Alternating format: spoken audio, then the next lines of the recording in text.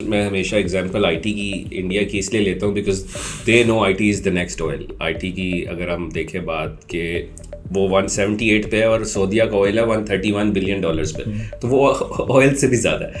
تو اگر یہ ہم چاہتے ہیں کہ جیسے ہم دیکھتے ہیں کہ ان کے پرائم منسٹر ہیں, ان کے آئی ٹی منسٹر ہیں, وہ جاتے ہیں باہر فیس بک کے آنر سے ملتے ہیں, وہ امیزون کے آنر کو انڈیا دعوت دے کر $10 ارب کی ایکسپورٹس کا اعلان کیا جاتا ہے انڈیا کے اندر بلا کر, یوٹیوب کے آفس کھولے جاتے ہیں. ان کے جو آئی ٹی منسٹر اور پرائم منسٹرز ہیں وہ ان کے آفسز جا کے خود بات کرتے ہیں. پاکستان میں دیکھ رہا ہوں کہ صومالیہ میں, کینیا میں, ویتنام میں, سری لنکا میں پے پال اپرووڈ ہے اور پاکستان میں نہیں ہے. تو یہ تو ایمرجنسی ہے کہ جس قوم کے تیسرے نمبر پہ فری لانسرز ہیں پوری دنیا میں, اس جگہ پہ بیسک نیسیسٹی نہیں ہے ایسے پلیٹ فارمز کی, تو کیا یہ ہمیں ہنگامی بنیاد پر نہیں ہمارے I T ministers, I don't know یہ اگر آپ کی جاب اسپیکس میں آتا ہے یا فیڈرل کے جاب اسپیکس میں آتا ہے یا کس کے آتا ہے, تو یہ کیسے اس چیز کو resolve, at the end the people سفر.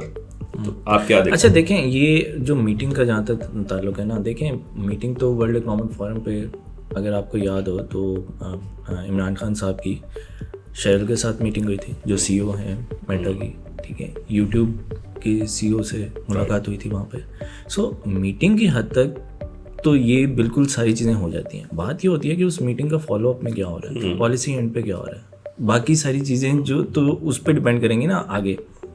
اب اگر آپ کی ریگریسو قسم کی ایک پالیسی ہے, ٹھیک ہے, وہ اس ٹائم کے اوپر وہ فیٹف کا بھی ایک ایشو چل رہا تھا, وہ ایک پرابلم تھی. لیکن اگر آپ کی پالیسی جو ہے وہ ریگریسو ہے اور آپ نے ہر چیز کو ایک اس لینس کے ساتھ دیکھنا ہے جس میں ایک نیشنل سیکورٹی کا لینس بھی آ جاتا ہے, سو وہ چیزیں جو ہیں وہ بہت زیادہ پھر انٹرنیشنل کمپنیز کو میٹر کرتی ہیں. اب ان کے ساتھ جو ہماری انگیجمنٹ چل رہی تھی نا تھرو دا ورکنگ گروپ, اس ورکنگ گروپ کا فائدہ یہ تھا کہ اس ورکنگ گروپ کے اندر 14 جو ممبرس تھے وہ ہر کوئی اس ادارے کو ریپرزینٹ کرتا تھا جس کا کہیں نہ کہیں سے آئی ٹی کے ساتھ تعلق ہے, ٹھیک. اور it was under national security adviser Moeed Yusuf کے انڈر تھا. So Moeed being a very progressive kind of person, اور I was the spokesperson and secretary of that committee. So ہمارا جو ہم نے نوٹ کیا وہ یہ کیا کہ it's not a one day thing, یہ ایک لمبا کام ہے جس میں ان کی طرف سے ان کے کیا ایشوز ہیں, ہماری کیا کنسرنز ہیں, ٹھیک ہے. سو وہ ساری چیزیں آہستہ آہستہ ہو رہی تھیں.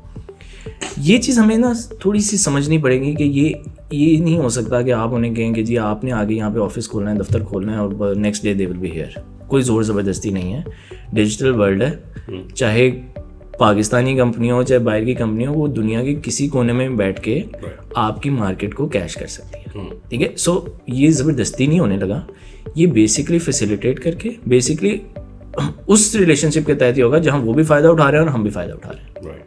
سو اس پہ کام ہو رہا تھا. لیکن اب مجھے بتائیں مارچ میں جب ختم ہوتا ہے, ایک پرائم منسٹر آفس نے ایک ورکنگ گروپ بنایا ہوا ہے, اس کو کنٹینیو نہیں کرنا چاہیے تھا.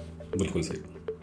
وہ نہیں کنٹینیو ہوتا. کیوں کنٹینیو نہیں ہوتا؟ کیونکہ اسی کے اندر جو 1-2 ممبرز ہیں جن کی پہلے منوپلی ہوتی ہے آن دا پالیسی میکنگ, وہ اس کو کنٹینیو نہیں ہونے دیتا ہے. So the next government there is no working group.